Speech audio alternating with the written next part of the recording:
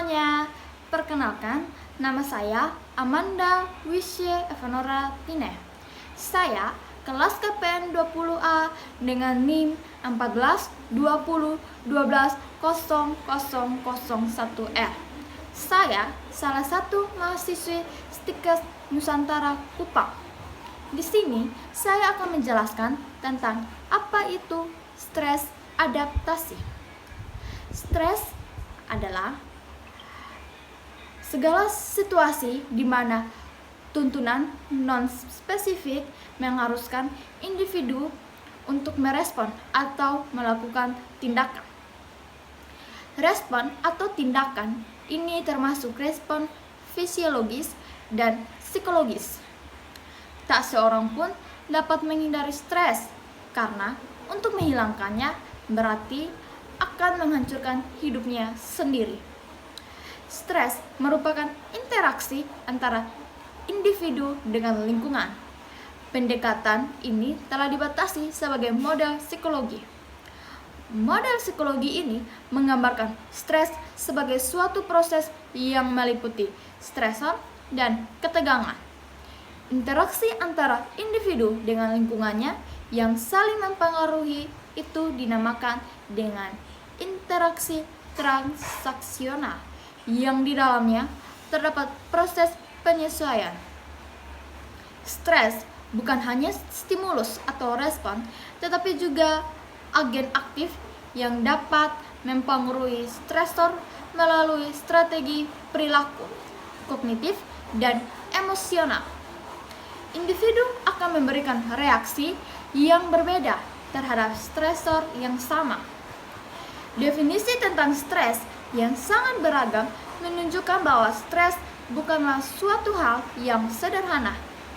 Salah satu definisinya adalah stres adalah gangguan pada tubuh dan pikiran yang disebabkan oleh perubahan dan tuntutan kehidupan. Kesimpulan dari para ahli tentang stres yaitu stres begitu kuat dalam mengejar keinginan serta kebutuhan seseorang dengan mengandalkan segala kemampuannya dan potensinya. Seseorang yang mengalami stres dapat mengalami perubahan yang terjadi pada tubuhnya. Antara lain, 1. Perubahan warna rambut, kusam, ubanan, dan kerontokan. Yang kedua, wajah tegang, dahi berkerut, mimik nampak serius, tidak santai, bicara berat, sulit tersenyum atau tertawa, dan kulit muka kedutan. Yang ketiga, nafas terasa berat dan sesak, timbul asma. Yang keempat, jantung berdebar-debar, pembuluh darah melebar atau menyempit, atau yang biasa disebut konstriksi, sehingga mukanya nampak merah atau pucat. Pembuluh darah tepi, terutama ujung-ujung jari, juga menyempit sehingga terasa dingin dan kesemutan. Yang kelima, lambung, mual, kembung, pedih, mulas, sembelit atau diare. Yang keenam, sering berkemih. Yang ketujuh, otot sakit seperti ditusuk-tusuk, pegal, dan tegang. Pada tulang terasa linu atau kaku bila digerakkan. Yang kedelapan, kadar gula meningkat. Pada wanita, mens tidak teratur dan sakit atau biasa disebut dysmenorrhea. Yang kesembilan, libido menurun atau bisa juga meningkat. Yang ke-10, gangguan makan bisa nafsu makan meningkat atau terkadang tidak ada nafsu makan. Yang ke-11, tidak bisa tidur. Yang ke-12, sakit mental sampai histeris. Berikut faktor-faktor yang mempengaruhi stres. Kondisi-kondisi yang cenderung menyebabkan stres disebut stresor. Meskipun stres dapat diakibatkan oleh hanya satu stresor, biasanya seseorang mengalami stres karena kombinasi stresor. Ada 3 sumber utama yang dapat menyebabkan timbulnya stres, yaitu faktor lingkungan, yang dimana keadaan lingkungan yang tidak menentu akan dapat menyebabkan pengaruh pembentukan struktur organisasi yang tidak sehat terhadap seseorang.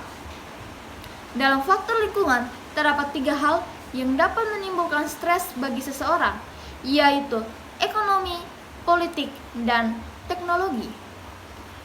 Perubahan yang sangat cepat ini karena adanya penyesuaian terhadap ketiga hal tersebut membuat seseorang mengalami ancaman terkena stres.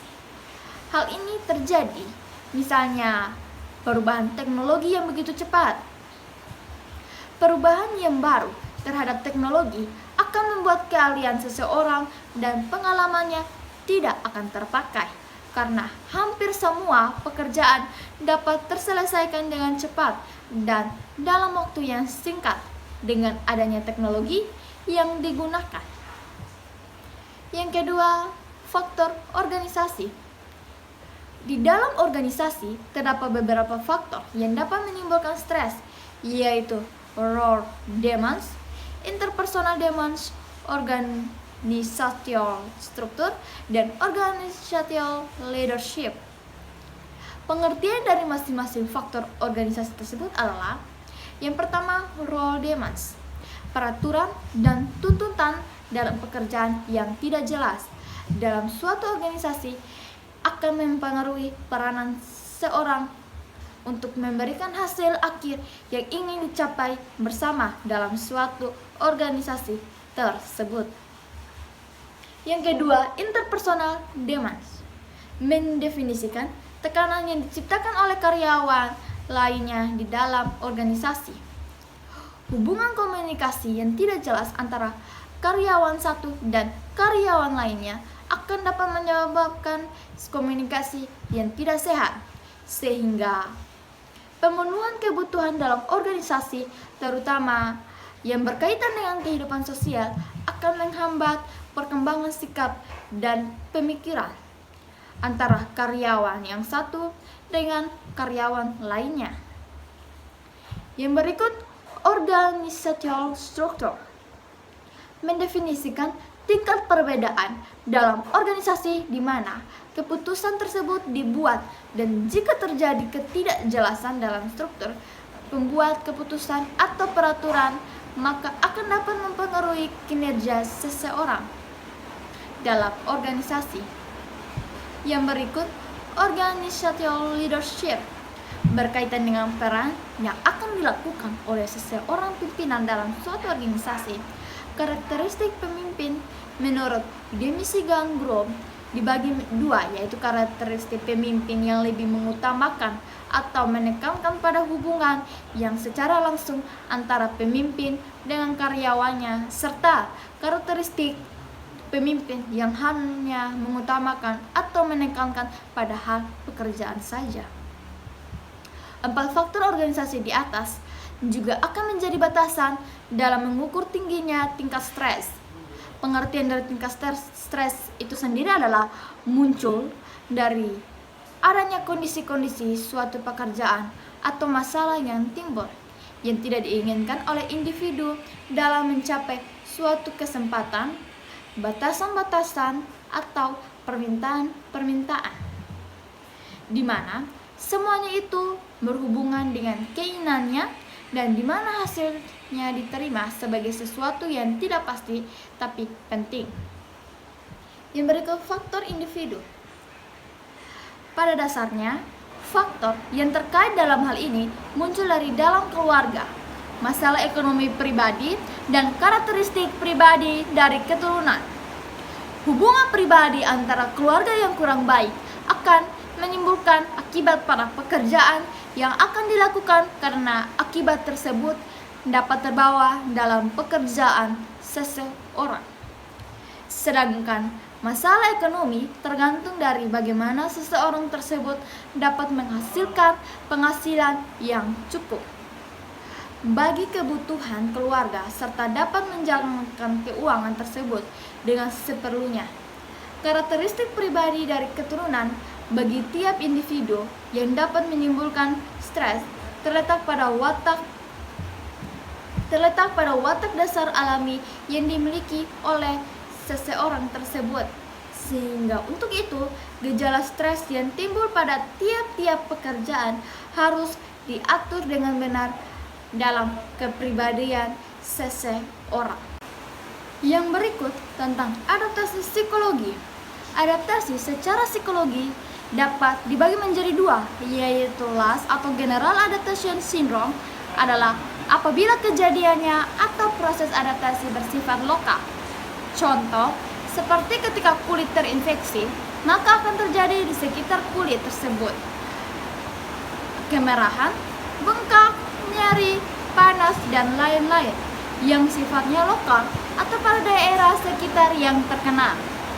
Yang kedua, GAS atau General Adaptation Syndrome adalah apabila reaksi lokal tidak dapat diaktifasi, maka dapat menyebabkan gangguan dan secara sistemik tubuh akan melakukan proses penyesuaian diri seperti panas di seluruh tubuh, berkeringat.